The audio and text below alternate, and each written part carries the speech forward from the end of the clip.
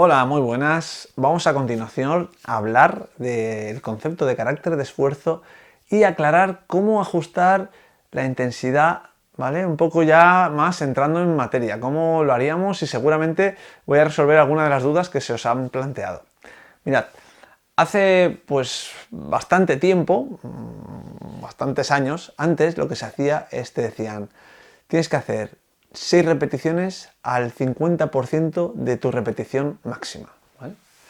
Y con eso, con ese diciendo ese 50% de repetición máxima, fijaban la intensidad del ejercicio. Es decir, si yo era capaz de levantar mi peso más un lastre y en total todo eso pesaban 100 kilos, pues, y eso era lo máximo que yo podía llegar a hacer en una dominada, pues entonces cuando yo en lugar de tener 100 kilos tenía 50 kilos, entonces estaba trabajando al 50%, ¿vale?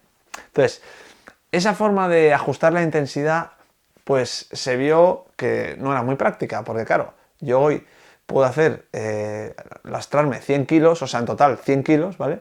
Pero dentro de unos días, dependiendo de mis adaptaciones, el cómo he dormido el día de antes, qué es lo que he comido, en fin, de muchos factores, pues esa repetición máxima puede cambiar y puede ser que de repente sean 120 kilos, ¿vale? Entonces, se pasó a emplear lo que yo os presentaba como carácter de esfuerzo. El carácter de esfuerzo en realidad lo que hace es relacionar el número de repeticiones realizables respecto de con las que entrenamos.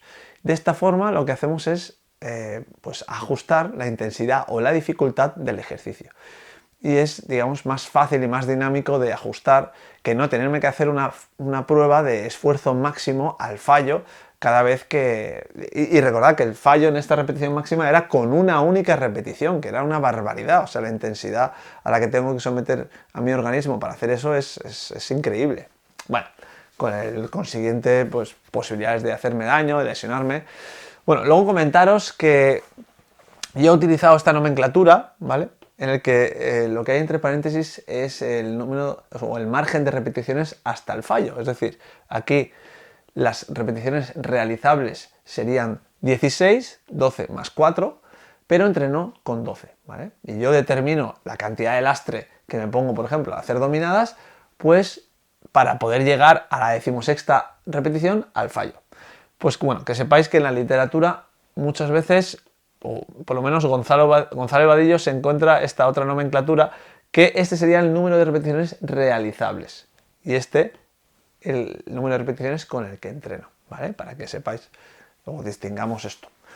Vale, luego, actualmente hay unos aparatos que se llaman encoders que monitorizan la velocidad a la que hacemos las repeticiones y en función de la velocidad, pues te indica él, cuando hay una pérdida de velocidad apreciable o que él tiene registrado, dice, vale, pues ya estás en tal intensidad. Y ahí ya cortas, ¿vale? Bueno, pero eso realmente para los que entrenamos en casa no es muy práctico.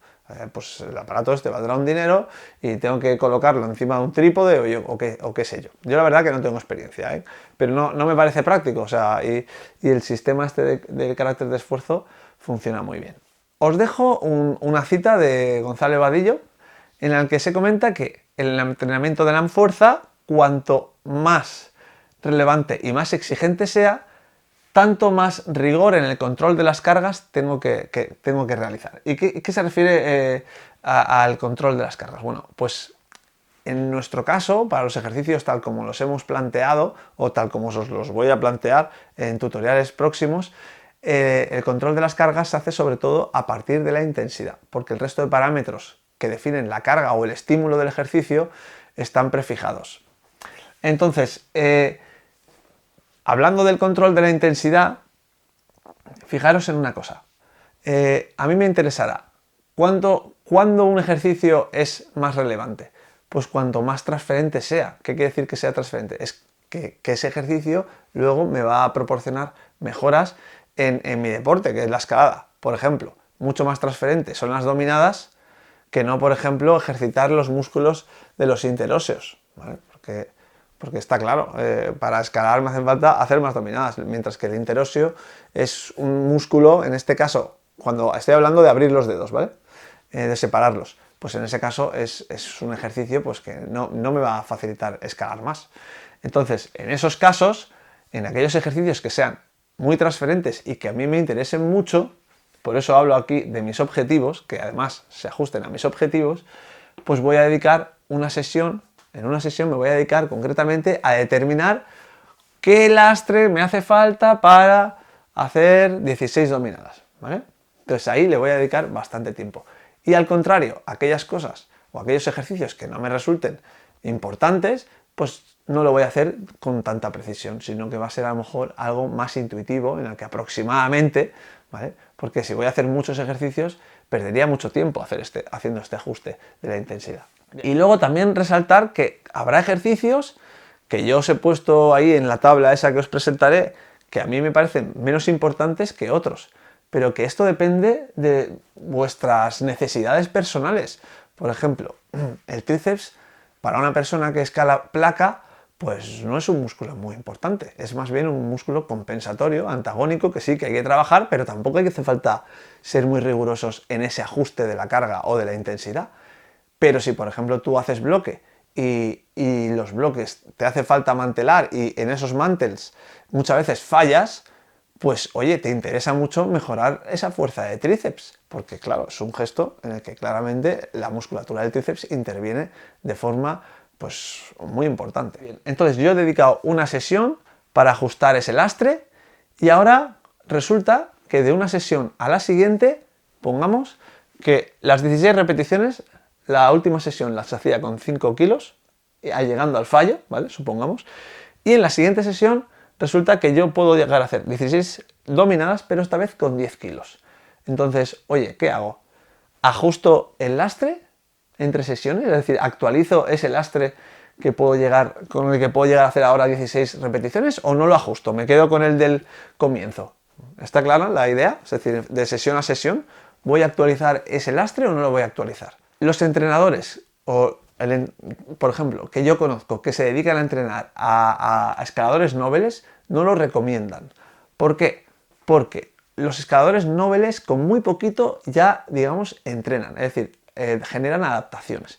Y aplicando el criterio de la mínima dosis efectiva, es decir, vamos a hacer lo mínimo que me dé una adaptación, y teniendo en cuenta además que las adaptaciones sobre los músculos van mucho más rápidas que las adaptaciones sobre las estructuras pasivas o tejidos blandos, es decir, estamos hablando de poleas, tendones, no me interesa que se adapten demasiado rápido los músculos y que vayan más rápido, digamos, que las poleas y los tendones, porque entonces tendré problemas. Entonces, en esos casos, los nobles, no, mejor no, es decir, haced este ajuste y a partir de ahí todas las series que vengan a continuación y las sucesivas sesiones en las que vamos a entrenar siempre así, por ejemplo, con 12 repeticiones y un margen de 4 repeticiones hasta el fallo, pues en esos casos no vamos a tocar ese lastre, ¿vale? Ahora bien, como hemos comentado, ¿por qué? Porque no hace falta un entrenamiento tan exigente, como decía aquí Gonzalo Vadillo, ¿vale? Estamos a un nivel que no nos hace falta ser tan exigentes. Ahora sí, a cuanto más experimentado, más fino tengo que hilar para poder conseguir una adaptación, porque ya estamos cerca del tope genético, estamos ahí buscando en el límite. Entonces, ahí sí hay que ser más exigente y hay que hacer un mayor rigor en el control de las cargas. Entonces, sí que me interesa ajustar sesión a sesión y sí que me interesaría ponerme aquí los 10 kilos de lastre, ¿vale? Porque ahora veo que ya puedo hacer más. Entonces, ¿cuál sería el proceso en estos casos? Bueno, pues yo empiezo a calentar, ¿vale? Y voy ajustando y voy haciendo dominadas, por ejemplo, imaginemos, estamos hablando del ejercicio de dominadas, y según voy calentando, pues voy añadiendo un poquito de lastre, un poquito más de lastre, voy calentando, y llega un momento, digo, hombre, yo estoy viendo que si el último día estaba calentando con 6 repeticiones y tenía una sensación de que me estaba costando con 5 kilos de lastre y ahora no me cuesta nada, pues ya intuyo, ¿vale? Esto enseguida cogeréis experiencia, intuyo que voy a ir sobrado y lo que voy a hacer es ponerme 10 kilos, voy a empezar a entrenar con 10 kilos en esta serie de hoy, ¿vale? O sea, uno se da cuenta al ir calentando de que va sobrado, ¿vale? Y ahora resulta que, ¿qué pasa con las primeras series? que ahí es cuando haremos ya el ajuste final. Si esta intuición nos ha fallado, ¿qué significaría? Pues por ejemplo, que yo estoy en la primera serie y noto que realmente me está costando. Veo que no voy a llegar a hacer todas las series con este lastre, es que no me veo. Entonces, lo que está ocurriendo es que el carácter de esfuerzo de este ejercicio no es el programado. Es decir, estamos por encima, la intensidad es mayor de la prevista. Entonces, interesa quitar lastre. Y al contrario, si yo comienzo a hacer las primeras series y veo que estoy flotando, pues eso quiere decir que el carácter de esfuerzo o la intensidad es menor de la que habíamos previsto. Entonces tendré que ajustar al alza, es decir, poniéndome más peso o más lastre. ¿Vale? Entonces, como veis, al final no tengo que hacer cada vez la prueba de llegar al fallo a las 16 dominadas, ver qué lastre necesito. O sea, eso no hace falta hacerlo cada vez. Sobre todo porque le iréis pillando el puntillo. Una puntualización importante. Entre la primera serie y la última serie es normal que las últimas series nos cuesten más. Es decir, yo hago las primeras, por ejemplo, 12 repeticiones, voy bien, las siguientes 12 repeticiones me empieza a costar un poco más y luego en las siguientes, por ejemplo, supongamos que esa es la última serie, pues me cuestan mucho. Incluso es habitual que en la hipertrofia, la última repetición de la última serie, lleguemos al fallo, porque las recuperaciones son incompletas, sobre todo en las primeras semanas, cuando aún no estamos acostumbrados. Esto significaría que estamos ajustando bastante bien el entrenamiento en el caso de la hipertrofia. Eso sí, en el caso del entrenamiento, digamos, de fuerza vía neural, eso no es normal, ¿vale? No es normal llegar al fallo. Eso es que no estamos ajustando bien la intensidad. Por tanto, dentro de una misma sesión, ¿vale? Dentro de una misma sesión no ajustamos el lastre una vez lo tenemos calibrado, ¿vale?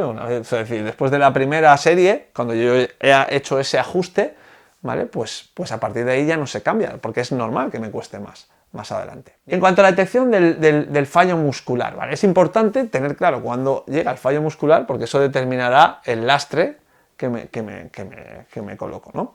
Pues bien, ahí comentar que, claro, cuando son pocas repeticiones es muy sencillo, porque directamente, si estamos hablando de 4 o 5 repeticiones, pues es que soy incapaz de hacer el gesto de la dominada.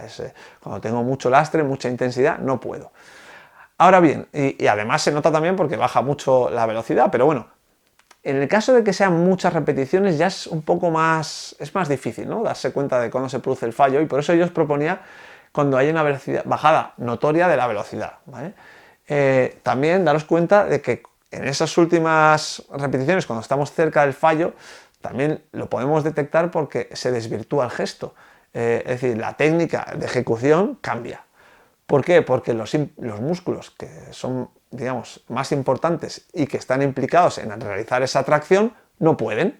Entonces empezamos a culebrear, a hacer el gesto churro para que el resto de músculos que no están nuevamente ahí haciendo y que no están fallando porque no son los importantes, pues me ayuden a llegar arriba, ¿vale? Os dejo una foto de un amigo llegando casi a la reunión de una viadura en el que el flexor pues no puede y entonces intenta meter otras fibras del flexor para compensar, y entonces hacemos el gesto ese del chicken wing, ¿no? De levantar el ala. Bueno, gracias por ver el tutorial, ya sé que ha sido un poquito largo, pero creo que son cosas importantes y espero haber despejado dudas al respecto. Nos vemos próximamente.